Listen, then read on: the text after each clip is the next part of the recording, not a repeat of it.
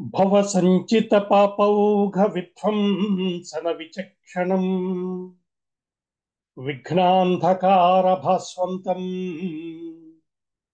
విఘ్నరాజమహం భజే. యోంతః ప్రవిశ్య మమ వాచమిమాం ప్రసుప్తాం సంజీవయత్యఖిల శక్తిధరస్వధామ్నా అన్యాంశ్చ హస్తచరణశ్రవణత్వగాదీన్ ప్రాణాన్నమో భగవతే పురుషాయ తుభ్యం. హంసాయ దహర నిలయాయ నిరీక్షకాయ కృష్ణాయ మృష్టయశసే నిరుపద్రవాయ సత్సంగ్రహాయ భవపాంధనిజశ్రమప్తౌ అంతే పరీక్షగతయే హరయే నమస్తే. ఓం నమో భగవతే తుభ్యం వాసుదేవాయ ధీమహి ప్రద్యుమ్నాయ అనిరుద్ధాయ నమః సంకర్షణాయ చ. శ్రీ గురుభ్యో నమః. పారమహంస సంహిత, మోక్ష సంహిత అని ప్రసిద్ధికెక్కినటువంటి శ్రీమద్ భాగవతం భారతీయ ఆర్ష వాంగ్మయంలో, ముఖ్యంగా వేదాంత గ్రంథాల్లో దీన్ని అగ్రగణ్యమైనటువంటి గ్రంథరాజ్యంగా పెద్దలు చెప్తూ ఉంటారు. మనం మొన్నటి వరకు వాల్మీకి రామాయణాన్ని ఆధారంగా చేసుకుని మొత్తం రామకథని 45 భాగాలుగా చెప్పుకున్నాం. తర్వాత ఏం చెప్పుకోవాలి అన్న ఆలోచన వచ్చినప్పుడు మిత్రులు పెద్దలు అందరూ సూచించింది ముందుగా భాగవతాన్ని. కొందరు భగవద్గీత గురించి అడిగారు. అయితే తిరిగి మళ్ళీ అది భాగవతం వైపే మొగ్గు చూపింది. అదేమిటో కృష్ణ కథ అంటే అందరికీ అంత ఉత్సాహం వచ్చేస్తుంది. కృష్ణ కథలు వినటం అనేది మనం ఎన్నిసార్లు విన్నా మనకు ఒక దానిలో ఒక మాధుర్యం ఉంది కాబట్టి కృష్ణ కథ చెప్పమని అడిగారు. అయితే భాగవతాన్ని ప్రవచించగలిగే శక్తి నాకున్నదా అంటే ఖచ్చితంగా లేదని ఒప్పుకుని తీరాలి. భాగవతంబు తెలిసి పలుకుట కల్లా చూలికైన తమ్మి చూలికైనా అని ఒక ప్రసిద్ధమైన పద్యమే ఉంది కదా. అంటే భాగవతాన్ని తెలుసుకుని, అంటే అర్థమైందనుకుని తిరిగి ప్రవచించటం బ్రహ్మాదులకే సాధ్యం కాదు అని పెద్దలు చెప్తున్నారు. పండితులైన వారు కూడా భాగవతం దగ్గరికి వచ్చేసరికి కొంత జంకుతారు. ఎందుకంటే దాని లోతు అలాంటిదే. భాగవతానికి 2 పేర్లు ఉన్నాయి. ముందు మనం ఇవాళ స్మరించుకున్నాం. పారమహంస సంహిత, మోక్ష సంహిత అంటున్నారు. అంటే ఆ పేర్లను బట్టి అది ఎంత గట్టి గ్రంథమో మనకు అర్థమైపోతుంది. కాబట్టి భాగవతం చెప్పాలి అంటే ఒక ప్రత్యేకమైనటువంటి సంస్కారం కావాలి. కేవలం పాండిత్యం కూడా సరిపోదు. ఇది పెద్దలందరూ చెప్తున్నటువంటి మాట. మరి అలాంటప్పుడు ఈ సాహసం దేనికోసం చేస్తున్నావయ్యా నువ్వు అని అడగాలి కదా. అంటే ఇలా భాగవతాన్ని చెప్పేటువంటి విషతోటి మొత్తం భాగవతాన్ని ఒకసారి మళ్ళీ చదివేటువంటి అవకాశం నాకు రావటం, రెండోది భగవంతుడి కథలు చెప్తూ నేను వినటం వల్ల మీరు ఆనందిస్తూ తరించేటువంటి ఒక అవకాశం. ఇది ఒక అద్భుతమైన సాధన అని చెప్పారు పెద్దలు. కేవలం భగవంతుడి యొక్క లీలలు కథలు వినటమే ఒక గొప్ప సాధనట. కాబట్టి ఈ లాభం ఉంది కదా అనే ధైర్యంతో పలికి పూనుకుంటున్నాను. అయితే మరో అంశం కూడా నేను ఇక్కడ చెప్పి తీరాలి. పూజ్యులైనటువంటి మా గురుదేవులు బ్రహ్మశ్రీ సామవేదం షణ్ముఖ శర్మ గారు, వారు మా మీద దయతోటి రాజమండ్రిలో 42 రోజుల పాటు పూర్ణ భాగవతాన్ని విశేషంగా ప్రవచించారు. అంతేకాకుండా ప్రవచన ప్రారంభానికి ముందు మా అందరికీ కూడా వాసుదేవ ద్వాదశాక్షరి మంత్రాన్ని ఉపదేశంగా ఇచ్చి విశేషమైన జపం చేయించారు. ఆ 42 రోజులు అలా ప్రతిరోజు ఉదయం మంత్రజపం చేయటం, సాయంకాలం వేళ భాగవతం వినటం. ఇలా సాగింది. ఈ రోజు నేను ఈ సాహసానికి పూనుకున్నాను అంటే కేవలం వారి పాదాలను ఆశ్రయించి వారి అనుగ్రహంతో చెప్పగలిగినటువంటి నమ్మకం మాత్రమే. అలాగే అంతకుముందు కొద్ది సంవత్సరాల క్రితం పెద్దలు డాక్టర్ టివి నారాయణరావు గారి దంపతులు మహాత్ములు, భాగవత ప్రవచనకర్తల్లో అగ్రగణ్యులైనటువంటి బ్రహ్మశ్రీ మద్దులపల్లి దత్తాత్రేయ శాస్త్రి గారి చేత భాగవత సప్తాహాన్ని రాజమండ్రిలో నిర్వహించారు. మా దంపతులు మేము మడిగా కూర్చొని దీక్షితులమై ప్రతిరోజు వారు చెప్పినటువంటి విషయాల్ని నోట్స్ రాసుకుంటూ వినటం జరిగింది. ఇప్పటికీ నాకు చెవుల్లో వారి మాటలు ప్రతిధ్వనిస్తూ ఉంటాయి. త్రిభువన కమనం, కృష్ణస్వామి గురించి చెప్తూ కృష్ణుడు ఎలాంటి వాడయ్యా అంటే త్రిభువన కమనం అని చెప్పారు. అద్భుతమైన వ్యాఖ్యానం అది. అంటే 3 భవనాలకైనా ఆయన కమనీయమైనటువంటి పోల్యాత్రి తీసేయన్నట్ట. భువన కమనం ఇట్లా సాగినటువంటి ఆ విషయం మనం అడవు చెప్పుకున్నాం. వారు చెప్పినటువంటి ఇంకా నా చెవిలో ప్రతిధ్వనిస్తున్నాయి. వంచితోస్మి మహాభాగా హరిణా బంధురూపిణ. ఆ మాట ఇంకా వారు చెప్తుంటే ఒక రకమైన భావోద్వేగం కలిగింది మాకు. ఇటువంటిది వారి దగ్గర నుంచి వినటం జరిగింది. ఆ పైన మా సద్గురు శివానందమూర్తి గారు అనేక సందర్భాల్లో భాగవతంలోని అనేక అంశాలను, రహస్యాల్ని వారు చెప్పారు. వాటిని వినటము, చదవటం కూడా జరిగింది. ఇంకా చివరగా మా పెద్ద కోడలు తొలిసారి గర్భవతిగా ఉన్నప్పుడు తన కోసం అన్నట్టుగా మా పిల్లలు, తమ్ముళ్ళు, కుటుంబాలకు అందరికీ మేమందరం కూర్చుని కొన్ని నెలల పాటు భాగవతాన్ని కథలుగా చెప్పుకున్నాం. అటు వ్యాస భాగవతాన్ని, ఇటు పోతన గారి భాగవతాన్ని దగ్గర పెట్టుకుని దానిలోని విశేషాలన్నీ చెప్పుకుంటూ వచ్చాం. ఇట్లా భాగవతం పట్ల నాదైన ఒక అవగాహన కొంత ఉంది. ఇక మూకం కరోతి వాచాలం పంగుం లంఘయతే గిరిం కృపాతమహం వందే పరమానంద మాధవం అని చెప్పినట్టుగా కృష్ణ పరమాత్మ నా మీద దయతోటి ఈ పనిలో నేను విజయం సాధించేటట్టు చూడ్డా అనేటువంటి ఒక ప్రధానమైన నమ్మకం ఉంది. ఇవన్నీ కలుపుకుని ఈ రోజు ఇలా మీ ముందు కూర్చుని భాగవతం గురించి మాట్లాడటం మొదలు పెడుతున్నాను. ఇంకా భాగవతం అంటే ఏమిటి? ఇది కూడా ఒకసారి ఆలోచించాలి కదా. భాగవతం అంటే భగవంతుని యొక్క కథ, భాగవతుల కథ అంటే భగవద్భక్తుల కథ. మనం రామాయణంలో రాముడి యొక్క కథ విన్నాం. రాముడి కథ ఎక్కడ ఉంటుంది అంటే రామాయణం. మరి కృష్ణుడి కథకి ఏది ఆధారము అంటే భాగవతమే అంటాం. అయితే రామాయణం మొదటి నుంచి చివరి దాకా రాముడి కథే చెప్తే భాగవతం దగ్గరికి వచ్చేసరికి అలా కనిపించటం లేదు. 12 స్కందాల భాగవతంలో 9 స్కందాలు పూర్తయ్యేదాకా అంటే దశమ స్కందంలోకి వచ్చేదాకా కృష్ణ కథ ప్రారంభమే కాదు. మరి ఇది ఏ రకంగా కృష్ణ కథ అయింది అని సందేహం వస్తుంది. అంతేకాకుండా అసలు వ్యాసుడిగా ఎందుకు చెప్పాడు ఇది కూడా మనం ఆలోచించాలి కదా. ఎందుకంటే కృష్ణ కథకి ఆధారం భాగవతమే. మనం విష్ణు పురాణంలో చూసినా కూడా కృష్ణ కథ అందులో ఒక భాగంగా చివరిలో వస్తుంది అంతే. కాబట్టి పూర్ణంగా కృష్ణ కథ నేను తెలుసుకోవాలంటే ఏమిటి ఆధారం మనకి? భాగవతమే. అలాంటి కృష్ణ కథని మొదటి నుంచి చెప్పకుండా 10వ స్కందంలో మొదలుపెట్టాడు ఆయన. అంటే ఈ మొదటి 9 స్కందాల్లో ఉన్నది కూడా భగవంతుడి కథే, భగవంతుడి యొక్క అవతారాలే. భాగవతంలో మొదటి నుంచి చివరి దాకా ఉన్న ఈ భగవంతుడి యొక్క అవతార గాథలు, వివిధ అవతారాల కథలన్నీ విన్నాక కృష్ణ కథ మొదలుపెట్టాడు వ్యాస భగవానుడు. అంటే 9 స్కంధాల భగవంతుడి యొక్క తత్వాన్ని, లీలల్ని విన్న తర్వాత మనలో కలిగేటువంటి ఒక సంస్కార బలము, ఒక చిత్తశుద్ధి, వీటితోటి కృష్ణ కథను తెలుసుకోవాలి, వినాలి, చదవాలి. ఇది వ్యాసుడి యొక్క హృదయం అని పెద్దలు చెప్పారు. అంటే రాముడు దొరికినంత సులభంగా కృష్ణుడు దొరకడు. ఎందుకంటే కృష్ణుడు జగద్గురువు. అటువంటి వాడిని అర్థం చేసుకోవటానికి ముందు మన దగ్గర చాలా ప్రిపరేషన్ కావాలి. కాబట్టి భాగవతంలో మొదటి 9 స్కంధాలు శ్రద్ధగా విన్నవారికి దానివల్ల వచ్చినటువంటి ఒకానొక చిత్తశుద్ధి సంస్కారాల బలం చేత కృష్ణ కథను తెలుసుకుంటే కొంత మేరకు మనం కృష్ణుని అర్థం చేసుకోవచ్చు అని పెద్దలు చెప్తున్నారు.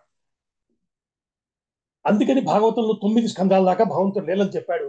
10వ స్కందం నుంచి కృష్ణ కథ ప్రారంభమవుతోంది. ఇంతటి విశేషమైనటువంటి గ్రంథం. అయితే భాగవతాన్ని ఎలా చెప్పుకోవాలి అన్నది కూడా పెద్దలు మనకి చాలా స్పష్టంగా వివరించున్నారు. కొన్ని కొన్ని ప్రత్యేకమైన నిజానికి సాప్తాహికంగా చేసుకోవటము ఇట్లా కొన్ని విధానాలు ఉన్నాయి. మనం అట్లా చేయటం లేదు. కానీ కొన్ని నియమాలు మాత్రం ముందు పెద్దలు చెప్పారు కాబట్టి వాటిని వీలైనంత వరకు మనం కూడా ఆలోచన చేసుకుందాం. మనం భాగవత సప్తాహం గురించి వీళ్ళు చాలా మంది వినే ఉంటారు. మహాత్ములు ఎందరో పెద్దలు భాగవత సప్తాహాలు చేస్తున్నారు. అయితే ఇది అటువంటి దీక్షతో కూడిన యజ్ఞం కాదు కాబట్టి మన దగ్గర పెట్టుకునే మన నియమాలు ఏమిటంటే పెద్దలు చెప్పిన మొదట ఒక నియమము, భాగవతం చెప్పుకునే ముందుగా భాగవత మహాత్మ్యాన్ని స్మరించుకోవాలి అన్నది పెద్దలు పెట్టినటువంటి ఒక నియమం. అంటే భాగవతం వినటం వల్ల మనకి దక్కే ప్రయోజనం ఏమిటి, ఏ లాభం వస్తుంది, ఇది ముందే తెలుసుకోవాలని చెప్తున్నారు. ఎందుకండి అంటే శ్రద్ధ ఉత్పాదనార్థం. అంటే అరే ఈ లాభం ఉంటుందని నాకు ముందే చెప్పుంటే ఇంకొంచెం శ్రద్ధగా వినేవాడిని కదండి అంటారేమో. కాబట్టి ముందు ఇది వింటే నీకు ఇది దక్కుతుంది అని స్పష్టంగా చెప్పేస్తే మనకి భగవతం పట్ల శ్రద్ధగా పెరుగుతుందని పెద్దల ఆశ. కాబట్టి ముందుగా మనం కూడా భాగవత మహాత్మ్యాన్ని చెప్పుకుని భాగవతంలోకి ప్రవేశిద్దాం. ఈ భాగవత మహాత్మ్యం ప్రధానంగా పద్మపురాణంలో చెప్పారు, విశేషంగా అక్కడ ఉంది. అయితే దాన్ని కూడా ఏదో మహాత్మ్యం అన్నట్టుగా కాకుండా మనకు అర్థమయ్యేందుకోసం రమ్యమైనటువంటి కథలుగా చెప్పారు. ఆ కథ యొక్క ప్రయోజనము భాగవతం పట్ల శ్రద్ధ కలిగించటం మాత్రమే కాదు, దానిలో అనేకమైన ముఖ్యమైన అందమైన విషయాల్ని ఉంచి మనకు అందించారు. కాబట్టి ముందు దాంతో మనం కూడా ప్రారంభం చేద్దాం. నారద మహర్షి మనందరికీ తెలుసు, ఆయన త్రిలోక సంచారి, 3 లోకాల్లో తిరుగుతూ ఉంటాడు. మనకి ఈ తెలుగు సినిమాల వల్ల పురాణ జ్ఞానం వస్తే, దానివల్ల మనం కనుక పురాణాలు తెలుసుకుని ఉంటే వచ్చేటువంటి ఒక ఇబ్బందుల్లో ఒకటి ఏమిటంటే నారదుడిని ఒక హాస్య పాత్రగా చూడటం. ఇది చాలా తప్పుడు అభిప్రాయం అని ముందు మనం తెలుసుకోవాలి. పెద్దలు ఏం చెప్తున్నారంటే నారదుడు విష్ణువు యొక్క సంకల్పాన్ని భూమిపై ప్రవర్తింపజేసేవాడు. ఇది డెఫినేషన్ గుర్తుపెట్టుకోమని చెప్పారు మా గురుగారు సమ్మేళన వారు. నారదుడు అంటే అది విష్ణు సంకల్పాన్ని భూమి మీద ప్రవర్తింపజేసేవాడు. అంటే విష్ణువు ఈ మొత్తం సృష్టిని నడుపుతున్నవాడు. మనకు తెలుసు కదా. అంటే త్రిమూర్తుల్లో ఒకడిగా చెప్పబడ్డప్పుడు అంటే బ్రహ్మ విష్ణు మహేశ్వరుల్లో విష్ణుమూర్తి స్థితికారకుడు అని చెప్తున్నామంటే సృష్టి బ్రహ్మదేవుడి చేత సృజించబడితే దాన్ని నడుపుతున్నవాడు విష్ణుమూర్తి. ఈ మాత్రం అవగాహన అందరికీ కూడా ఉంది కదా. కాబట్టి విష్ణుమూర్తి చేత నడపబడే సృష్టిలో ఆయన యొక్క సంకల్పాలు ప్రవర్తింపబడాలి కదా. అందుకు సహకరించేవాడు నారదుడు. కాబట్టి ఆయన ఆషామాషి పాత్ర కాదు, మహర్షి ఆయన. నిజానికి రామాయణం చెప్పుకున్నప్పుడు కూడా ఒక విషయం చెప్పుకున్నాం మనం. రామాయణ ప్రారంభంలో వాల్మీకి మహర్షికి వచ్చిన సందేహానికి సమాధానం చెప్పటానికి స్వయంగా దిగి వచ్చాడు ఆయన. ఈయన పిలిస్తే వచ్చినవాడు కాదు, ఆయన వచ్చాడు. అంటే రామాయణం భూమిపైకి రావటానికి కారణమైన వాడు నారదుడే. ఇలా అనేక గొప్ప పురాణాలు మనకు అందాయి అంటే అది నారద మహర్షి యొక్క దయ. అటువంటి నారదుడు ఒకసారి భూమి మీదకి వచ్చాడు. ఆయన తిన్నగా బృందావనంలోకి ప్రవేశించాడు. ఈ బృందావనం అన్నది సామాన్యమైనటువంటి క్షేత్రం కాదు. అసలు బృందావనం అన్న మాటని స్మరించటమే అనేక పాపాలను దగ్ధం చేస్తుందని పెద్దలు చెప్తున్నారు. ఆ భావన చాలా విశేషమైందిట. ఎందుకంటే భగవంతుడు భరత భూమి సృజిస్తున్నప్పుడు భక్తి మొత్తాన్ని ఒక చోటకి చేర్చి దానికి ఒక రూపం ఇస్తే అది బృందావనమైంది. అంటే రూపుదాల్చిన భగవద్భక్తి పేరు బృందావనము. సామాన్యంగా ఉండదు. మీలో చాలా మంది బృందావనం దర్శించుంటారు. చాలా దివ్యమైనటువంటి భూమి అది. అటువంటి బృందావనంలోకి వచ్చాడు నారద మహర్షి. అక్కడ ఆయనకు ఒక దృశ్యం కనిపించింది. ఒక చిన్న వయసులో, అంటే మంచి యవ్వనంలో ఉన్న ఒక స్త్రీ అక్కడ కూర్చుని ఆ తల్లి దుఃఖిస్తోంది. ఆమె ముందు బాగా జబ్బుపడి ఇంచుమించు మరణ స్థితిలో ఉన్నటువంటి ఇద్దరు వృద్ధులు పడుకునున్నారు. వారిని చూస్తూ ఈ స్త్రీ దుఃఖపడుతోంది. నారద మహర్షి ఆమె వద్దకు వెళ్ళి, అమ్మా, ఎందుకు దుఃఖిస్తున్నావు నువ్వు? ఈ వృద్ధులు ఎవరు? ఇద్దరు ఎవరు? మీ తండ్రులా, తాతలా? ఎవరు వీళ్ళు అని అడిగారు ఆయన. నారద మహర్షి ఆ తల్లిని అడిగారు, ఆవిడ్ని, అక్కడ కూర్చున్న యువతని అడిగారు. దానికి ఆవిడ సమాధానం చెప్తూ, మహర్షి, వీళ్ళిద్దరూ నా సంతానము అని చెప్పింది. నారద మహర్షి ఆశ్చర్యపోయారు. చిత్రంగా ఉంది. నువ్వు చూడపోతే యవ్వనంలో ఉన్నావు, వాళ్ళు చూస్తే వృద్ధులుగా కనిపిస్తున్నారు. వారు నీకు పుత్రులు అవటం ఏమిటి? చిత్రంగా ఉంది, వివరంగా చెప్పు అని అడిగారు ఆయన. అప్పుడు ఆవిడ చెప్తోంది, ఆ తల్లి, మహర్షి, నా పేరు భక్తి. ఇదిగో వీళ్ళిద్దరూ ఉన్నారే, ఒకరు జ్ఞానము, మరొకరు వైరాగ్యము. మేము ముగ్గురం కూడా ద్వాపర యుగం చివరి వరకు, ద్వాపర యుగాంతం వరకు పుష్టిగానే ఉన్నాం. ఇప్పుడు కలియుగం ప్రారంభం కాగానే మా ముగ్గురికి ఒకానొక కష్టకాలం వచ్చింది, అవసాన దశ ప్రాప్తించింది. నిజానికి ఈ బృందావన క్షేత్రంలో ప్రవేశించనంత వరకు నేను కూడా వృద్ధురాల్లాగానే ఉన్నాను. ఈ బృందావనంలో అడుగు పెట్టగానే నాకు వృద్ధాప్యం పోయింది. అంటే ఈ మాటలు చెప్తున్నది భక్తి కదా, అది గుర్తుపెట్టుకోవాలి. అంటే ఈ కథ ఒకానొక ప్రత్యేకమైన సందేశాన్ని చెప్పడానికి వచ్చింది. ఈసరికి మీకు విషయం అర్థమయ్యే ఉంటుంది. కలియుగంలో భక్తి, జ్ఞానము, వైరాగ్యము, వీటి యొక్క స్థితి ఏమిటో మనకు చెప్పటం కోసమా అన్నట్టుగా ఈ కథను వివరిస్తున్నారు. ఆ తల్లంది, అలా బృందావనంలోకి ప్రవేశించాక నాకు మళ్ళీ తిరిగి యవ్వనం ప్రాప్తించింది. కానీ వీరిద్దరూ ఇలాగే ఉండిపోయారు. వీరిని ఎలాగైనా బతికించుకోవాలి అన్నది నా కోరిక అని భక్తి చెప్తోంది జ్ఞాన వైరాగ్యాల గురించి. జ్ఞాన వైరాగ్యాల స్థితి కలియుగంలో ఎలా ఉంది అంటే వృద్ధాప్యంలో ఉంది, అవసాన దశలో ఉంది. ఇది కదా. విన్నాడు మహర్షి. ఆయన సహజమైన స్వభావంతో ఆయన మాట్లాడటం మొదలు పెట్టాడు. అమ్మా, అది నా కర్తవ్యం తల్లి, అలా అనుకుంటున్నాను నేను, అది నా కర్తవ్యం. నువ్వు అడిగావు కదా వాళ్ళిద్దరిని ఉజ్జీవింపజేయాలని, అందుకు ఏ ప్రయత్నం అవసరమైతే ఆ ప్రయత్నం తప్పకుండా చేస్తాను అని మాట ఇచ్చి ఈయన ఏం చేయాలి అని ఆలోచించాడు. సరే, ఆయన ప్రయత్నం ఆయన చేయటం మొదలుపెట్టాడు. ముందుగా ఆ వృద్ధులిద్దరి చెవిలో వేదంలో ఉన్నటువంటి విష్ణు సూక్తములు, ఉపనిషత్తులు, ఇంకా ఇతర మంత్రాలు, అష్టాక్షరి, ద్వాదశాక్షరి, ఇలా అన్ని మంత్రాలని బోధించాడు. దాంతో వాళ్ళిద్దరికి తిరిగి యవ్వనం వస్తుందేమో అని ప్రయత్నం చేశాడు. ఎవరికి? జ్ఞానానికి, వైరాగ్యానికి. ఏమీ ఉపయోగం కనబడలేదు. ఎన్ని రకాల మంత్రాలు, తంత్రాలు వాడినా వాళ్ళలో కదలిక లేదు.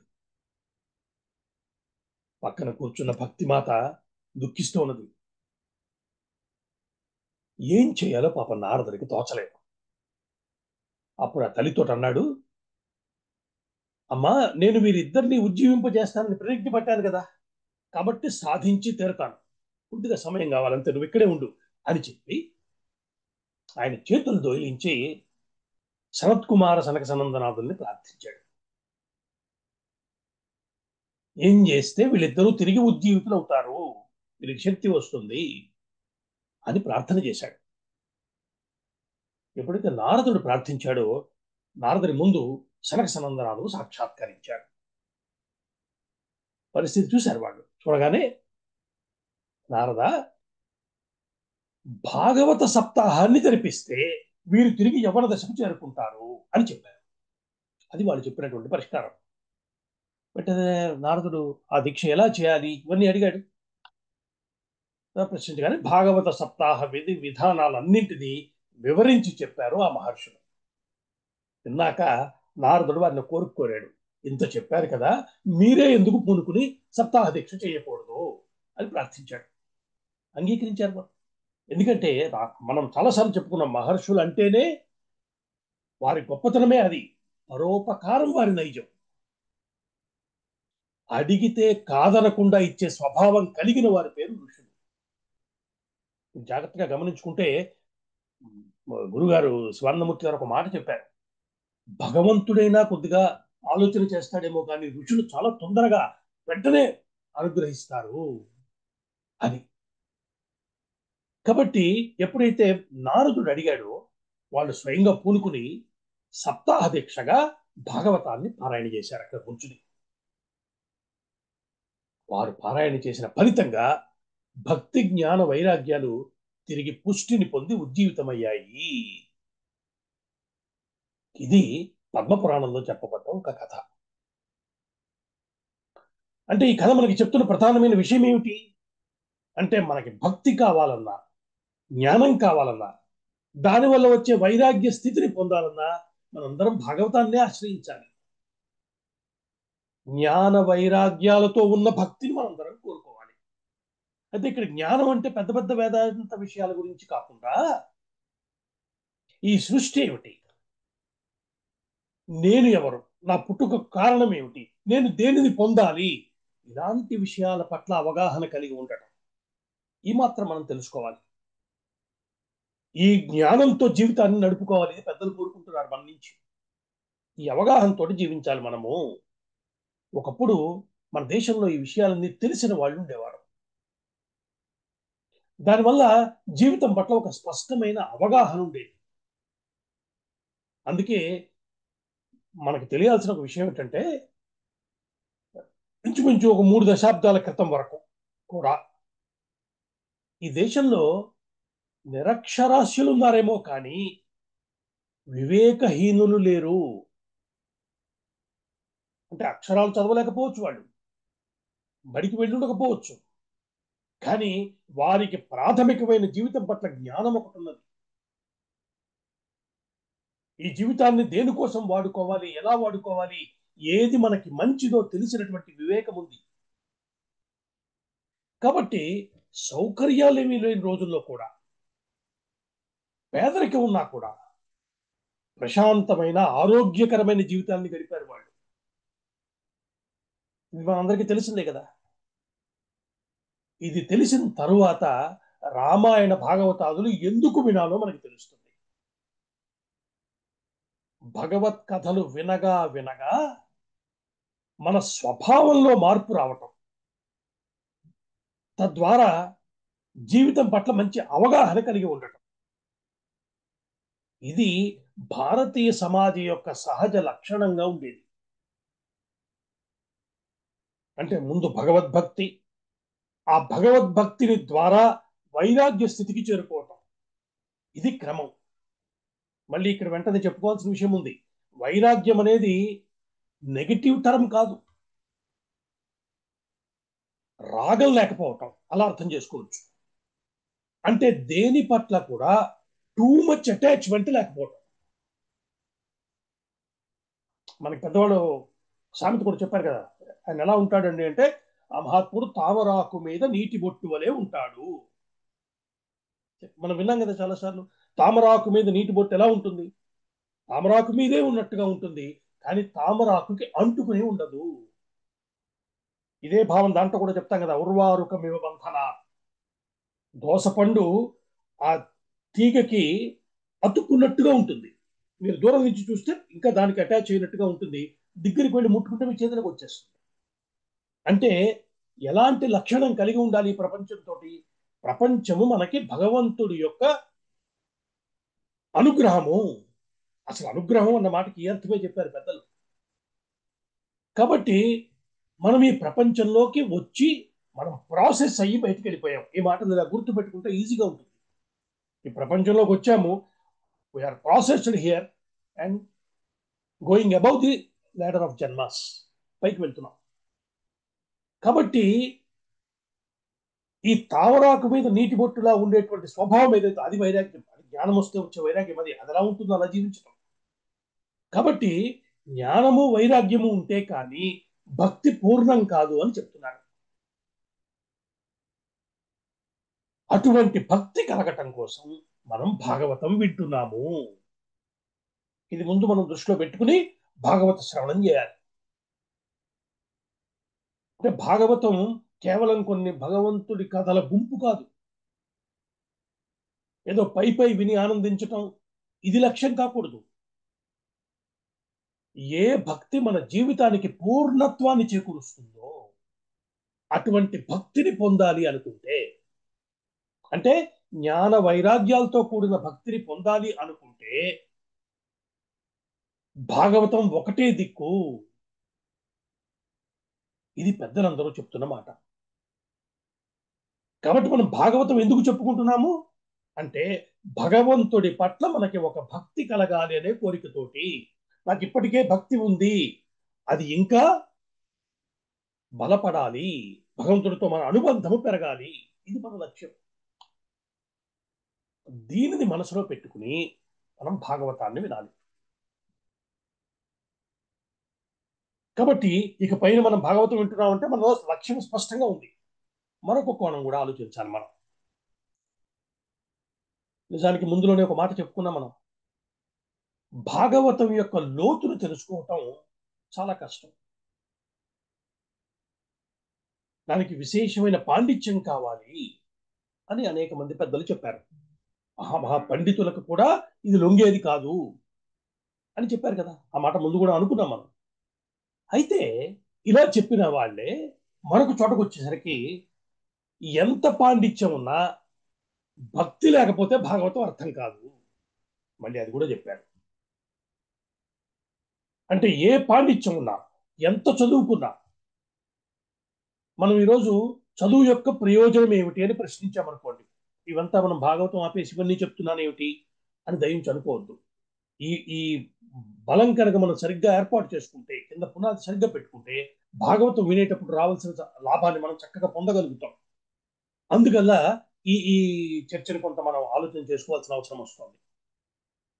ఈరోజు ప్రపంచవ్యాప్తంగా చదువుకు ప్రయోజనం ఏమిటి అని అడిగామనుకోండి, ఆయన బాగా చదువుకున్నాడండి అంటే ఏమిటి, బాగా ఉద్యోగం వచ్చింది, పెద్ద సంస్థ, దాంట్లో చేరారు, డబ్బు సంపాదించారు, సంపద కూడా పెట్టారు, అది ప్రయోజనం అని చెప్తున్నాం. అయితే అలా సంపాదించిన ధనం స్థితి ఏమిటి, అది నిలుస్తోందా, దాంతో వచ్చే కష్టాలు ఇవన్నీ ప్రపంచవ్యాప్తంగా కనబడుతున్నాయి, మనకే కాదు. వచ్చిన దాన్ని నిలబెట్టుకోవటం కోసం ఎంత శ్రమ పడుతున్నామో, ఏదైనా కానీ సంపద కావచ్చు, మంచి పేరు కావచ్చు, ఉద్యోగం కావచ్చు, కుటుంబం కావచ్చు, రావటమే కష్టము, వచ్చాక దాన్ని నిలబెట్టుకోవటం కోసం మనం పడుతున్న కష్టము శ్రమ అంతా ఇంత కాదు. కాబట్టి మరి ఇటువంటి జీవితాన్ని చూసిన తర్వాత భారతీయులుగా మన పెద్దలు ఏం చెప్పారు మనకి ఒకసారి చూసుకోవాలిగా. కాబట్టి మన భారతీయ సంస్కారం ఏం చెప్తోందంటే,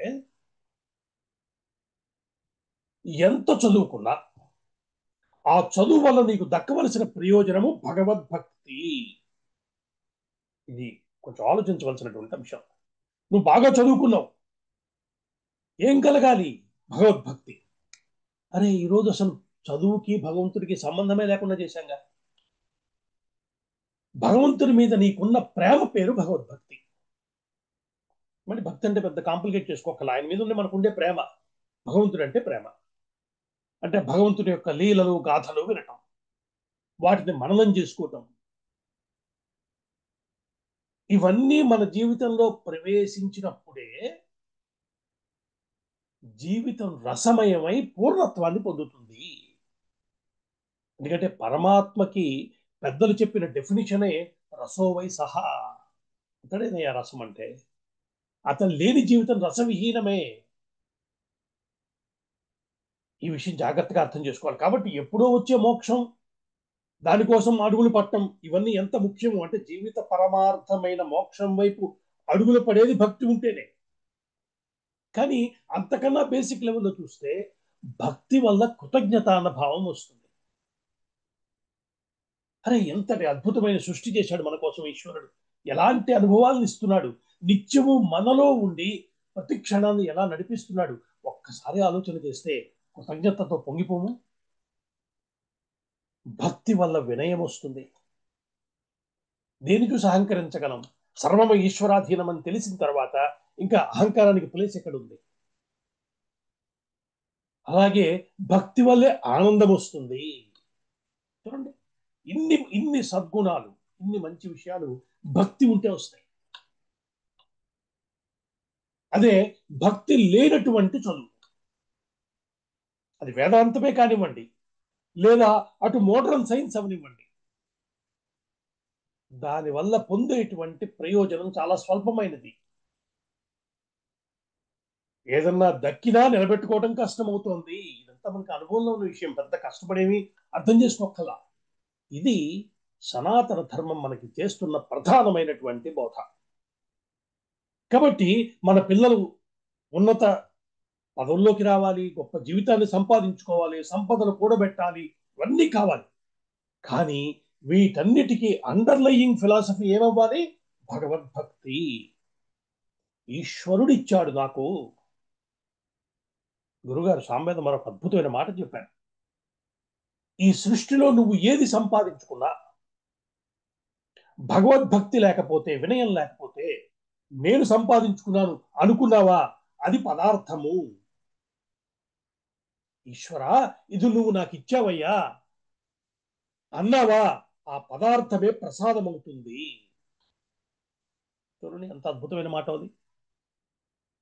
ప్రసాద బుద్ధితోటి కనుక మనం ప్రపంచాన్ని అనుభవించడం మొదలు పెడితే అది మనకేమీ చెడు చెయ్యదు సరికదా, ఒకానొక సంతృప్తిని కలగజేసి క్రమంగా వైరాగ్యం వైపు తీసుకెళ్తుంది. ఇది పెద్దలు చెప్తున్నటువంటి ప్రధానమైన బోధ. కాబట్టి సనాతన ధర్మం చేసిన ఈ బోధన మనం నిరంతరం గుర్తుపెట్టుకోవాలి. పిల్లలకి భగవంతుడితో అనుబంధాన్ని పెంచేటువంటి పనులు చేయాలి. మరి అంత చెప్పారు కదండి, మరి అదో ఒక పక్కనేమో పండితులకు కూడా దొరకనంత ఘనమైన విషయం భాగవతం అని చెప్పారు కదా, నాలాంటి వాడికి ఎలా అందుతుంది? నాకంత పాండిత్యం లేదు, ఉన్నా రాదని చెప్తున్నారు, మరి ఎలాగ నాకు అంటే, ఇక్కడ పెద్దలు ఒక రహస్యాన్ని చెప్పారు.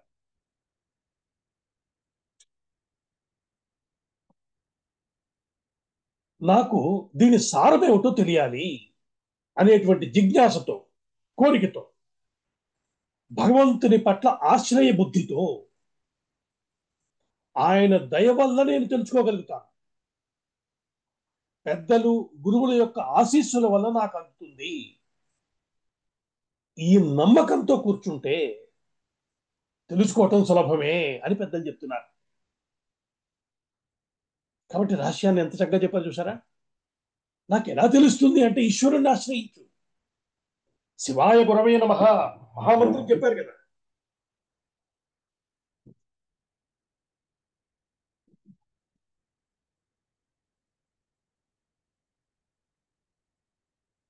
కాబట్టి ఈరోజు మనం ఇక్కడ భాగవతం చెప్పుకోవడానికి కారణం, అటువంటి భక్తి మనందరికీ పెరగాలి.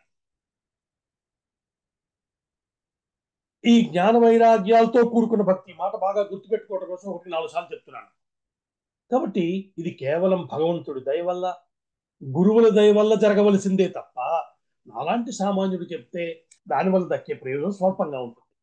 కాబట్టి మనం భగవద్ ఆశ్రయ బుద్ధితోటి భాగవతంలోకి ప్రవేశిద్దాం. ఇంకా ఒక 2 సంఘటనలు పెద్దలు ఇక్కడ స్మరించమని చెప్పారు.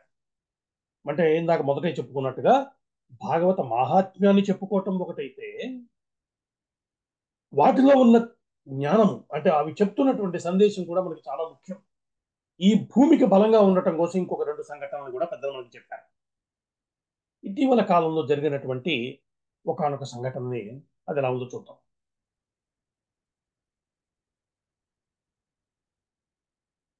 నిజానికి భాగవతం అన్నది ఏదో మోక్షాన్ని ఇచ్చేది, భక్తినిచ్చేది అంటున్నారు. లౌకిక జీవితంలో దీనివల్ల ఏం ప్రయోజనం లేదా? ఈ ప్రశ్న కూడా వేసుకోవాలి కదా మనం. ఎందుకంటే లౌకిక జీవితంలో బాగుంటే నా నిత్య జీవితంలో సమస్యలు లేకుండా ఏదో హాయిగా జీవితం సాగుతూ ఉంటే నేను ఈ విషయాలని ఆలోచించగలను. కానీ జీవితం అంతా కష్టమయమై సమస్యలమయమైతే ఏం చేయగలుగుతాను నేను అనేటువంటి ఒక ప్రశ్న కూడా వస్తుంది కదా. కాబట్టి భాగవతం లౌకిక ప్రయోజనాలను ఇవ్వగలుగుతుందా అంటే ఒక్క మాటలో చెప్పారు, భాగవతం ఇవ్వలేనిది లేదు. అరే, మోక్షాన్నే ఇవ్వగలిగిన గ్రంథం లౌకిక ప్రయోజనాలు ఇవ్వటంలో ఆశ్చర్యమేముంది అని పెద్దలు చెప్తున్నారు. దాని గురించి కొంచెం వివరంగా కూడా ఏమేమి ఇవ్వగలదో కూడా మనం ఈ మహాత్మ్యంలో తెలుసుకుంటాం. అఖండానంద సరస్వతి మహారాజు అనేటువంటి ఒక మహాత్ముడు ఉండేవారు. ఆయన ఉపనిషత్తులు, ప్రస్థానత్రయం ఇలాంటి వాటన్నిటిలో కూడా మహాపండితుడు. ఆయన మహారాధాకృష్ణ భక్తుడు. మనం చరిత్రలో చూస్తే గొప్ప వేదాంతులందరూ కూడా రాధాకృష్ణ భక్తులుగా కనబడతారు, కృష్ణ భక్తులు అయింటారు వాళ్ళు. చివరికి మనం శివభక్తులు అనుకునేటువంటి ఆదిశంకర్లు కూడా విశేషమైనటువంటి కృష్ణ భక్తిని చూపించారు. ప్రబోధ సుధాకరం గ్రంథం గుర్తొస్తుంది కదా. కాబట్టి అటువంటివి, అలాగే మనకి మధుసూదన సరస్వతి తెలుగువారు వారు, ఇలాంటి గొప్ప వేదాంతులందరూ కూడా కృష్ణ భక్తులుగా మనకు కనిపిస్తున్నారు. అలాగే ఈ అఖండానంద సరస్వతి మహారాజు కూడా గొప్ప కృష్ణ భక్తులు ఆయన. నిజానికి సన్యసించిన మహాత్ములు కూడా, ఈ లోకము, దీని యొక్క వ్యవహారము, దీని పట్ల దూరంగా ఉండేటువంటి వాళ్ళు కూడా భాగవత కథా శ్రవణం పట్ల ఆసక్తి కలిగి ఉంటారు. ఇది కూడా ఒక అందమైన విషయం. ఎందుకంటే భక్తి లేని జ్ఞానం మోక్షం వైపు నడిపించదు కదా అని చెప్పారు. ఒకసారి ఈ అఖండానంద సరస్వతి మహారాజు గారు భాగవత సప్తాహం చేస్తున్నారు ఒక చోట. అంటే భాగవతాన్ని ప్రవచనంగా చెప్తున్నారు. దీక్షతో కూర్చుని సప్తాహం చేస్తున్నారు. ఆ అక్కడ ఆ మంటపానికి దూరంగా నిలబడి వీరి ప్రవచనాన్ని ఓ ఇద్దరు దంపతులు శ్రద్ధగా వింటూ కనిపించారు ఆయనకి.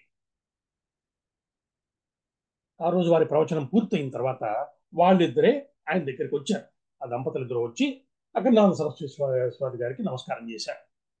వీరు ఆశీర్వచనం చేసిన తర్వాత ఆ దంపతులు ఇద్దరు వారిని అడిగారట, మాకు మీ చేత భాగవత సప్తాహం చేయించుకోవాలని కోరిక ఉన్నది అని. స్వామిజీ నవ్వి అన్నారు, ఎందుకయ్యా, ఎందుకు వచ్చిన కోరిక మీకు, ఎందుకు కలిగింది అని అడిగారు. అంటే వాళ్ళు చెప్పారు ఒక మాట. వారు అన్నారు, మాకు ఒకే ఒక్క పుత్ర సంతానం ఉండేది, ఒకటే కొడుకు. మా దురదృష్టం కొద్దీ అతడు అకాల మరణం పొందాడు, చనిపోయాడు చిన్న వయసులో. అతడికి సద్గతులు కలగాలి అని మేము అనేక క్షేత్రాలు తిరుగుతూ ఆ క్షేత్రాల్లో అతడి పేరు మీద చేయవలసినటువంటి ఉత్తర కర్మలు అవన్నీ చేస్తూ వస్తున్నాం. చివరిగా బదరీ క్షేత్రం చేరు. ఎందుకంటే బదరీలో కనుక ఉత్తర కర్మలు చేసినట్లయితే అతనికి ఉత్తమ గతి కలుగుతుంది అని పెద్దలు చెప్పారు. కాబట్టి అక్కడ ఆ ఉత్తర కర్మ చేయడానికి పూనుకున్నాం మేము. అయితే ఆ సమయంలో అతడి తల్లికి, అంటే చనిపోయిన ఇతడి భార్యకి అన్నమాట, ఈ దంపతుల్లో ఆవిడికి ఆ చనిపోయినటువంటి యువకుడు ప్రేత రూపంలో కనిపించాడు. అతని తల్లికి ఒక విషయం చెప్పాడు, మీరు నా కోసం అనేక క్షేత్రాల్లో అనేక కర్మలు చేస్తున్నారు, కానీ వాటి వేటి వల్ల నాకు ప్రేతత్వం నుంచి విముక్తి కలగటం లేదు అని చెప్పాడు. దానికి పాపం చాలా దుఃఖపడ్డారు వీళ్ళిద్దరు. ఏం చేయమంటావు నాయన, చెప్పు, ఏం చేయమంటావు చెప్పు, తప్పకుండా చేస్తాం అని చెప్పగానే, అని అతనితో అనగానే ఆ ప్రేత రూపంలో ఉన్న అతను, నాకు అఖండానంద సరస్వతి మహారాజు గారి చేత భాగవత సప్తాహం చేయించండి నా పేరు మీద, అప్పుడు నాకు ఈ ప్రేత రూపం నుంచి విముక్తి కలుగుతుంది అని చెప్పాడు.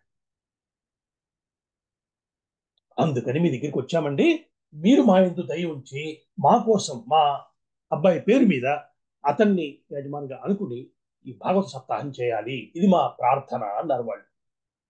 మాటలు విన్నటువంటి అఖండానంద సరస్వతి గారు, ఒక జీవిని తరింప చేయటం కోసం తప్పకుండా చేస్తాను అని అంగీకరించారు. మహాత్ముల యొక్క దయ అలా ఉంటుందండి. వారు స్వయంగా కూర్చుని 7 రోజుల పాటు భాగవత సప్తాహం చేశారట. సంకల్పం చెప్పి అలా చేయగానే 7వ రోజు పూర్తయ్యేసరికి ఆ ప్రేత రూపంలో ఉన్నాడు కదా అతను అక్కడికి వచ్చి అఖండానంద సరస్వతి గారికి నమస్కరించి, నాకు ఈ రోజుతోటి ప్రేత రూపం నుంచి విముక్తి లభిస్తోంది అని ప్రకటించి ఒక దివ్యమైన రూపాన్ని పొంది ఉత్తమ లోకానికి వెళ్ళిపోయాడు. ఇది ఈ మధ్య కాలంలో జరిగినటువంటి సంఘటన, ఎప్పటిదో కాదు. భాగవతం యొక్క మహాత్మ్యం ఏమిటో మనకి పట్టించేటువంటి ఒక సంఘటన. ఈ విషయం చెప్తూ పెద్దలు ఏమన్నారంటే, అనేక సంవత్సరాల పాటు మనల్ని పీడిస్తున్నటువంటి ఏదైనా బాధలు, అంటే గ్రహ బాధలు కానీ రుగ్మతలు కానీ ఇవి ఉన్నట్టయితే భాగవత సప్తాహం విశేషమైనటువంటి ఫలితాన్ని ఇస్తుంది. ఈ మాట చెప్తున్నారు. నిజానికి యజ్ఞాలు చేస్తే కానీ తొలగిపోని పాపాలు కూడా భాగవత కథా శ్రవణం వల్ల, అంటే భాగవతం చెప్తుంటే వినటం వల్ల ఆ పాపాలు కూడా పోతాయని చెప్తున్నారు. అంతటి విశేషమైనటువంటిది భాగవత కథా శ్రవణం.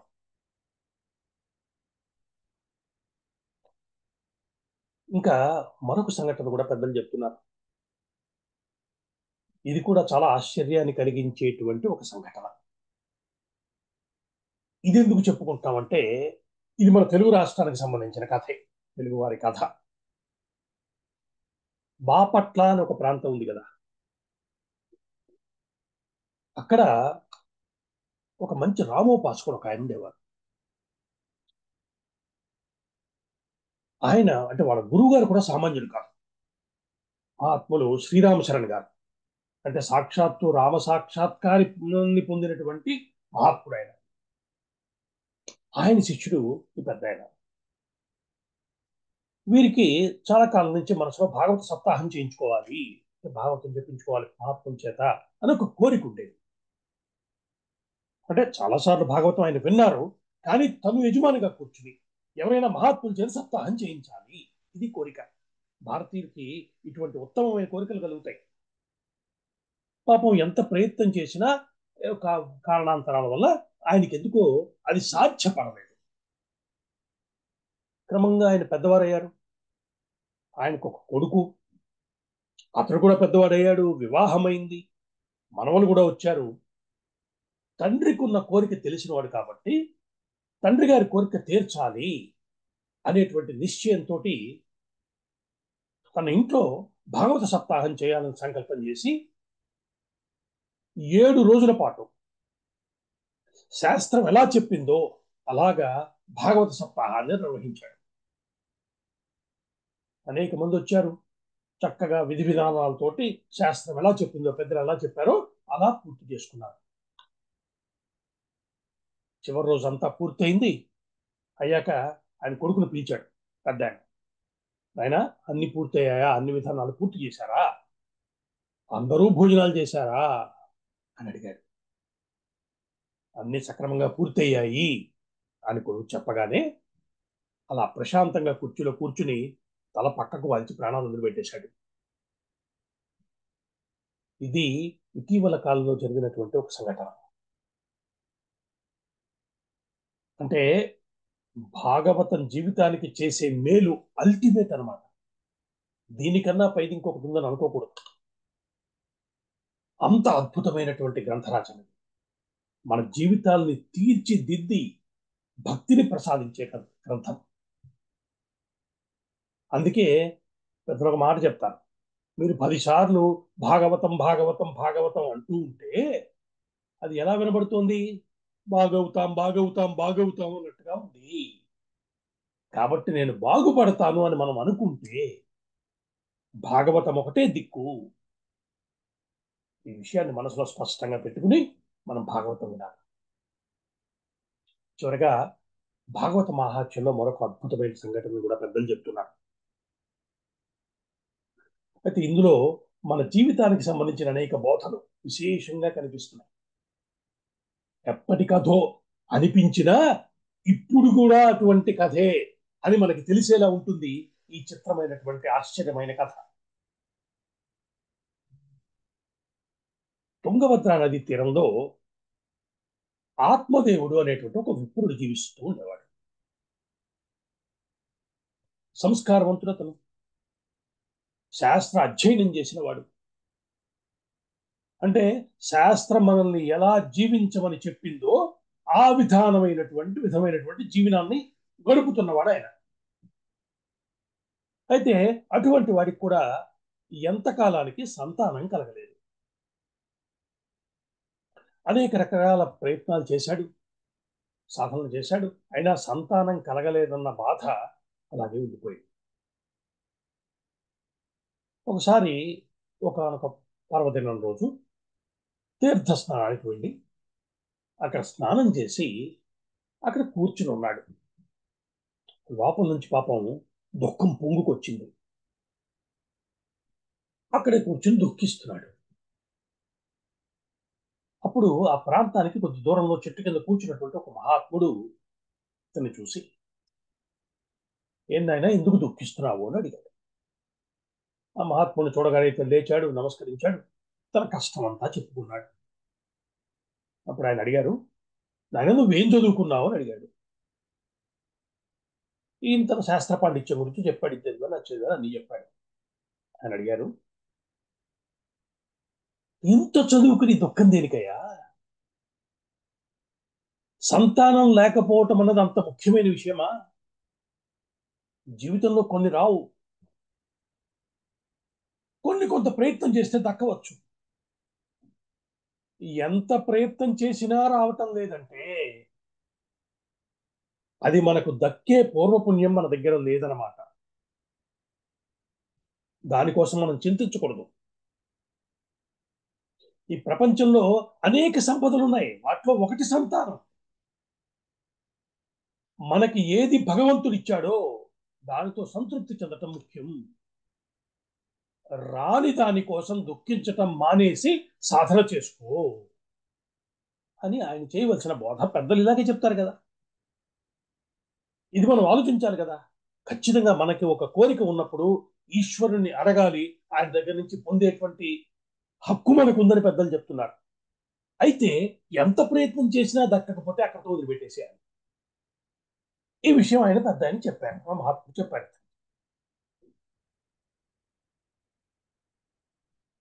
అయితే ఆ మాట తర్వాత ఇంకొక మాట కూడా అన్నాడు ఆయన. ఏమన్నాడు? ఇతనికి దుఃఖం ఇంకా పెరుగుతోంది అని అన్నాడు. ఆయన, నీకు సంతానం ఈ జన్మలో లేకపోవటం మాత్రమే కాదు, రాబోయే 7 జన్మల్లో కూడా నీకు సంతానం ఉండదు, అది నాకు కనిపిస్తోంది అని చెప్పాడు మహాత్ముడు. వాళ్ళు చూడదేంది ఏముంది, ఈ విషయం కూడా చెప్పాడు. రాబోయే 7 జన్మల్లో కూడా సంతానం ఉండదు అన్నాడు. దాంతో నాకు ఏదైనా మార్గం చూపించమని ఆ సిద్ధుడి కాళ్ళ మీద పడ్డాడు ఈ ఆత్మదేవుడు. మహాత్ములకి పరదుఃఖ అసహిష్ణుత అంటారు. అంటే ఇతరుల దుఃఖాన్ని చూసి సహించలేరు పాపం వాళ్ళు. ఇది ఉంటుంది వాళ్ళ దగ్గర. దాంతో ఇతడు దుఃఖాన్ని చూడలేకపోయాయి. ఆయన తన దాని మహా తపస్సంపన్నుడు ఆయన. దాంతో ఒక ఫలాన్ని సృష్టించి, నాయన ఈ ఫలాన్ని తీసుకెళ్ళి నీ భార్యకి ఇవ్వు. అయితే జాగ్రత్తగా వినాలి మనం. ఈ ఫలాన్ని తీసుకెళ్లి భార్యకి ఇవ్వు. అయితే ఈ ఫలం వల్ల సంతానం కలగాలంటే 1 ఏడాది పాటు కొన్ని నియమ నిష్టలతోటి జీవితాన్ని గడపాలి. నువ్వు నీ భార్య సత్యమే మాట్లాడటం, దానము, దయ, ఏకభుక్తం, ఇలాంటి నియమాలన్నీ ఉన్నాయి అని చెప్పాడు. వీటన్నిటినీ పాటిస్తే 1 ఏడాది కాలంలో నీకు సంతానం కలుగుతుంది అని చెప్పాడు. ఎందుకంటే ఇతను చేసుకున్న పూర్వ పాపం ఎంతటిదో చూశాడు ఆయన. అంత పాపం తీయాలంటే ఇంత వ్యవహారం చేయాలి అని చెప్పాడు. సరే, సంతోషించినటువంటి ఇతను ఆ ఫలాన్ని తీసుకుని తిరిగి వచ్చాడు, భార్యకి ఇచ్చాడు. ఈ విషయం అంతా ఆవిడికి చెప్పాడు. అయితే ఇతని భార్య ఒక చిత్రమైన స్వభావం కలిగింది. ఆవిడికి సంతానం కలగాలని కోరిక లేదు.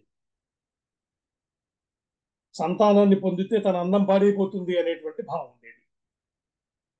ఇదంతా మనకి తెలిసిన కథ కదా. ఇలాంటి వ్యవహారం కనబడుతోంది బయట. అంతేకాకుండా ఇతడు చెప్పినటువంటి నియమాల పట్ల కూడా మీకు విముఖత ఉంది. ఏడాది పాటు ఈ నియమాలను పాటించడం ఆవిడకి అస్సలు రుచించలేదు. ఇలా ఉంటారా అని అడగక్కర్లేదు. మనందరికీ ఇలాంటి వాళ్ళు కనిపిస్తూనే ఉన్నారు. ఇప్పుడు మరి ఈ ఫలాన్ని ఏం చేయాలి, భర్త ఇచ్చి వెళ్ళాడు అని ఆలోచిస్తుంటే ఈవిడికి ఓ చెల్లెలు ఉంది, ఆవిడ వచ్చింది. నిజానికి ఆ తల్లి, ఆ చెల్లెలు అప్పుడే గర్భం దాల్చిన విషయాన్ని తెలుసుకుని అక్కగారితో చెప్దామని వచ్చింది. ఆవిడ కూడా ఇలాంటిదే అని మనం అర్థం చేసుకోవచ్చు. అక్కగారి అభిప్రాయం తెలుసుకుని, అయితే ఓ పని చేద్దాం, మన ఇద్దరం కలిసి పుట్టింటికి వెళ్ళిపోదాం, ఈ ఏడాది పాటు అక్కడ గడుపుదాం. ఎలాగో నాకు ఇప్పుడు గర్భం వచ్చింది కదా, కాబట్టి నా సంతానాన్ని నీకు ఇచ్చేస్తాను. అంటే ఆ కాలంలో ఈ సెల్ ఫోన్లో గొడవ లేదు కదా, కాబట్టి పుట్టింటికి వెళ్ళిపోయి అక్కడే ఉంటే మీ సంతానమే అని చెప్పి నువ్వు పెంచుకో అని చెప్పింది ఆవిడ. అట్లీస్ట్ ఆవిడ సంతానం వద్దనుకోవాలా, కానీ నా సంతానాన్ని నీకు ఇచ్చేస్తాను, నువ్వు పెంచుకో అని చెప్పింది. అంత తీరైనటువంటి అక్క చెల్లెలు వాళ్ళు. మరి ఇప్పుడు ఈ పండు ఏం చేయాలి అని అడిగింది ఈవిడ. అంటే ఆవిడ అంది, ఎందుకు దీనికి పెద్ద కష్టం ఉంది, మన పెరట్లో ఆవు ఉంది కదా, ఆవుకు పెట్టే అని చెప్పింది. బాగుందనుకుంది. వెంటనే తీసుకెళ్లి ఈ ఫలాన్ని తమ గోశాలలో ఉన్న గోవుకి తినిపించేసింది. ఆ గోవు తినేసింది. ఇప్పుడు ఈ అక్క చెల్లెలు ఇద్దరు కలిసి పుట్టింటికి వెళ్ళిపోయారు. కొంతకాలానికి అక్కడ చెల్లెలకి పురుష సంతానం కలిగింది. చిత్రంగా ఇక్కడ గోవికి కూడా ఒక పురుష సంతానం కలిగింది. కాబట్టి ఇక్కడ ఎలా ఎలా ఉంటుందా, అసలు ఇలా జరుగుతుందా, ఇవన్నీ నమ్మే విషయాలా అంటాం కదా. కానీ ఇక్కడ భాష్యం ఏం చెప్పారంటే, మనం తెలుసుకోవాల్సిన విషయం ఏంటంటే, ఈ ఆవుకు తినిపించిన ఫలము ఒకానొక మహాత్ముడు తన తపశక్తితో సృష్టించాడు కదా, అందులోకి ఒక ఉత్తమ జీవుణ్ణి ప్రవేశపెట్టి ప్రసాదంగా ఇచ్చాడు. ఇవన్నీ తపస్సుల యొక్క విశేషాలు. వీటికి సంబంధించిన జ్ఞానం పోయినటువంటి సమాజంలో ఉన్నాం మనం. అంటే ఎందరో ఉత్తమ జీవులు ఉపాధి కోసం వేచి చూస్తూ ఉంటారు. ఎక్కడ పుడితే ఈ జన్మ ఉత్తమమైనటువంటి మార్గంలో గడుపుకోగలను తెలిసినటువంటి జీవులు ఉంటారు. వాళ్ళు ఉపాధుల కోసం ఎదురు చూస్తుంటారు, ఎవరింట్లో పుట్టాలా అని. అందుకే పెద్దలు ఒక మాట చెప్తారు, నాకు సత్సంతానం కలగాలి అన్న కోరికతో ఈశ్వరుణ్ణి ప్రార్థన చేసి దానికోసం కొంత దీక్ష చేసుకుని మరి అప్పుడు సంతానాన్ని పొందితే ఉత్తమ సంతానం కలుగుతుంది అని పెద్దలు చెప్తున్నారు. ముఖ్యంగా భాగవతం వినటం ద్వారా ఉత్తమ సంతానం కలిగే అవకాశం ఉంది. అనేక సార్లు రుజువైనటువంటి సత్యం ఇది, పెద్దల మాట. అట్లా ఒక ఉత్తమ జీవుణ్ణి అందులో ప్రవేశపెట్టి ఆ ఫలాన్ని ఆ సిద్ధపురుషుడు ఇవ్వటం వల్ల ఇప్పుడు ఈ ఆవు కడుపున అటువంటి పురుష జన్మ ఎత్తినటువంటి సంతానం కలిగింది.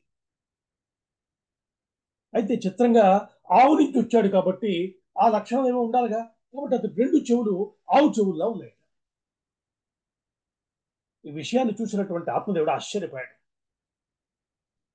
సరే సంతోషించాడు. అతను కూడా తన పిల్లవాళ్ళలాగే తీసుకొచ్చాడు.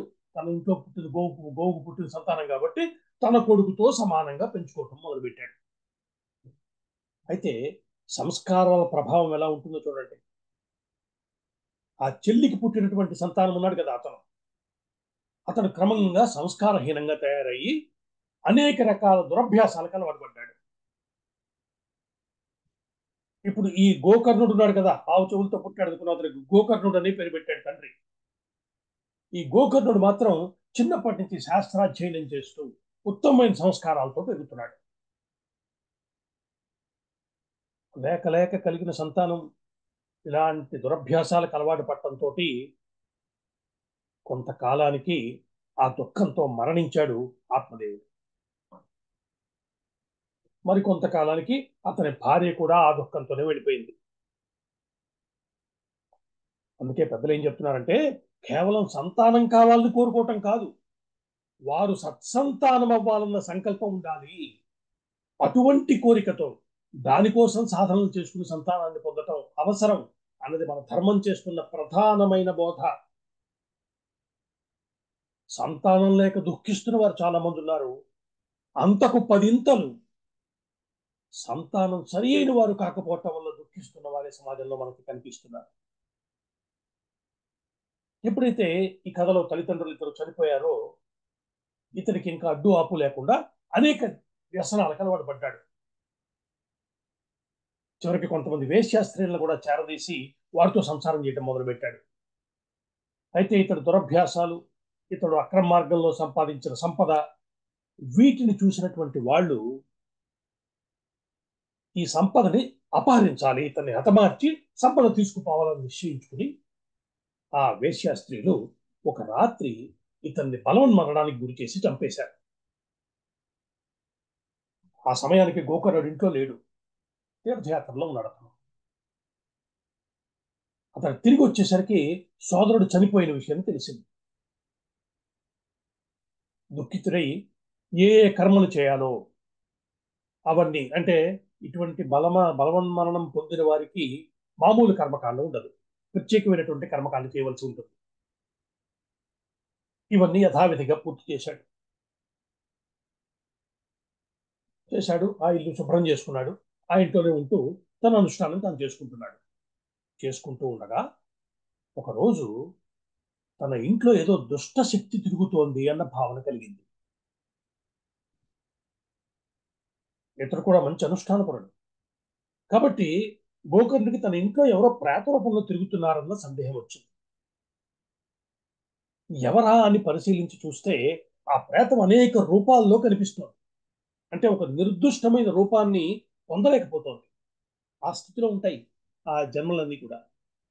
గోకర్ణుడి చేతిలోకి జలం తీసుకుని మంత్రించి చల్లగానే ఆ ప్రేతానికి మాట్లాడే శక్తి వచ్చింది. అంటే మాట్లాడినా, విన్నా, తిరిగినా అన్ని ఈ శరీరం, ఈ ఉపాధి ఉన్నంత వరకే. మనుష్య ఉపాధి పోయిందంటే తనకు తాను ఏమీ చేసుకునే స్థితి కూడా ఉండదు. ఒకసారి ఉపాధి పోయిందా మళ్ళీ దొరుకుతుందన్న గ్యారంటీ లేదు. విద్యారణ్యుల వారికి త్రేతాయుగం నాడే ప్రేతత్వం పొంది బాధపడుతున్న ఒక జీవి కనిపించి మొరపెట్టుకోవటం కూడా ఒక కథ మనకి చెప్తారు పెద్దలు. అంటే అంత ఎప్పటి త్రేతాయుగం, అప్పటి నుంచి ఆ ప్రేత రూపంతోనే బాధపడుతున్నాడు. పాపాలు చేస్తే వచ్చే ప్రమాదం అలా ఉంటుంది. ఈ జీవితం ఎంత చిన్నదండి, ఇట్లా అయిపోతుంది. తర్వాత మళ్ళీ శరీరం రావాలంటే ఎంత కష్టం. అందుకే ఈ శరీరంలో ఉండగానే జాగ్రత్త పడమని చెప్తున్నారు. ఇప్పుడు గోకర్ణుడికి తన అన్నే పిశాచి రూపంలో ఉన్నాడని అర్థమైపోయింది. ఏడుస్తూ కనిపించాడు. అతను గోకర్ణుడిని, నేను ఈ పిశాచి రూపాన్ని భరించలేకపోతున్నాను, నన్ను ఎలాగైనా కాపాడు అని అడిగాడు. సరే ఏం చేయాలా అని ఇతడు తనకు తెలిసిన పండితులందరినీ అడిగి చూశాడు. ఏం చేయాలో అందరూ చెప్పారు. అవన్నీ చేశాడు. ఇతను గయా శ్రాద్ధం అన్ని పెట్టాడు, అన్ని జరిగాయి. ఇంకా చేయవలసింది ఏమిటో మనకి తెలియదయ్యా, ఇంకా అతని కర్మానికి అతను వదిలిపెట్టేయటమే అని చెప్పారు. ఎవరు ఏం చెప్పలేకపోయారు. చివరికి ఏం చేయాలో తోచక సూర్యుని ఎదురుకుండా నిలబడి తనకి దారి చూపించమని వేడుకున్నట్టు. ధియోయోన ప్రచోదయాత్. ఏం చెయ్యాలో తోచక, జీవితంలో దారి తోచనప్పుడు సూర్యుణ్ణి శరణు వేడాలని శాస్త్రం చెప్తోంది. పెద్దల మాట ఇది. బుద్ధిం వ్యాన ప్రచోదయాత్ అని చెప్తారుగా. అలా ఇతడు ప్రార్థన చేయగానే సూర్యమండలం నుంచి ఒక సందేశం వినిపించినట్టుగా అనిపించింది ఇతడికి. ఆ సందేశంలోనే ఇతని సమస్యకు పరిష్కారం ఉంది. ఇతన్ని ప్రేతత్వం నుంచి విముక్తి చేయాలంటే భాగవత సప్తాహం చేసినట్లయితే ఇతనికి ప్రేతత్వ విముక్తి లభిస్తుంది అని వినిపించింది. అంటే శాస్త్రం చెప్పిన పరిష్కారాలన్నీ ఫెయిల్ అయినా కూడా భాగవతం ఫెయిల్ కాదు. అది దాని శక్తి. వెంటనే భాగవత సప్తాహానికి అన్ని ఏర్పాట్లు చేశాడు గోకర్ణుడు. కానీ భాగవతం వినటానికి శక్తి ఉన్నది కదా ఆ ప్రేతానికి. ఆ ప్రేతం వినాలన్నది అందులో వచ్చినటువంటి సందేశం. ఏం చేయాలి అనుకుని చివరికి ఆ ప్రేతం కూడా వినాలన్న సంకల్పంతో ఆ ప్రేతాన్ని ఒక వెదురు కర్రలోకి ఆవహింపజేశాడు. మనం చూస్తుంటాం కదా, ఒక దాని బాటిల్లో పెట్టారు, ఇలాంటివి చెప్తుంటారు కదా. అలా ఆ వెదురు కర్రలో కూర్చుని ఆ ప్రేతం భాగవత కథాశ్రవణం చేయటం మొదలుపెట్టింది. 7 రోజుల సప్తాహ దీక్ష సాగుతూ ఉండగా మొదటి రోజు పూర్తి కాగానే ఆ వెదురు కర్రలోని మొదటి కడుపు పట్టుమని తగిలితం కనిపించింది. 7 కడుపులు ఉన్నాయి దానికి. అందులో మొదటి కడుపు మొదటి రోజు అవగానే పట్టుమని తగిలిపోయింది. అలా 7 కడుపులు కలిగిన ఆ వెదురు కర్ర 7 రోజుల ప్రవచన దీక్ష పూర్తి చేసేసరికి అవి పగలటం, ఆ ప్రేతానికి విముక్తి కలిగింది. ఒకానొక దివ్యమైన రూపంతో అక్కడ ఉన్న అందరికీ కనిపించి తమ్ముడికి నమస్కరించి ఉత్తమ లోకానికి వెళ్ళిపోయింది ఆ ప్రేతం. ఇది భాగవతం యొక్క మహిమ. మొదటి రోజు ప్రవచనం అంతా దీనికి ఎందుకు వినియోగించామో మనం ఒక్కసారి అర్థం చేసుకోవాలి. కేవలం కథల్లా చెప్పబడ్డా వీటి వెనుక ఎన్ని అంశాలు చెప్పారో, మనకు ఎలాంటి సందేశాన్ని పెద్దలు ఇచ్చారో తెలుసుకుంటే ఆశ్చర్యం అనిపిస్తుంది. భాగవతం వినటం అన్న సంఘటన మన జీవితాలను మార్చగలిగే శక్తివంతమైన సాధనం. భాగవతం వింటున్నామంటే అంత శక్తివంతమైన సాధనం అది. అందుకే పెద్దలు ఒక వ్యక్తి జీవితంలో భాగవతం వినటానికి ముందు, భాగవతం విన్న తరువాత ఇలా చెప్తారు ప్రత్యేకంగా. ఇలా ఎన్నెన్నో ప్రయోజనాలను అందించి మనల్ని భగవంతుడి వైపు తిప్పగలిగే ఒకానొక మహిమాన్వితమైన ప్రక్రియ భాగవత శ్రవణము. అటువంటి భాగవతాన్ని శ్రద్ధగా విని ఒక దివ్యమైన అనుభూతిని మనందరం పొందాలి. అటువంటి అనుగ్రహాన్ని మనందరికీ ప్రసాదించమని జగద్గురువైన కృష్ణ పరమాత్మని ప్రార్థన చేస్తున్నాను. కాబట్టి అటువంటి శ్రద్ధని మనకి ఇచ్చుగాక.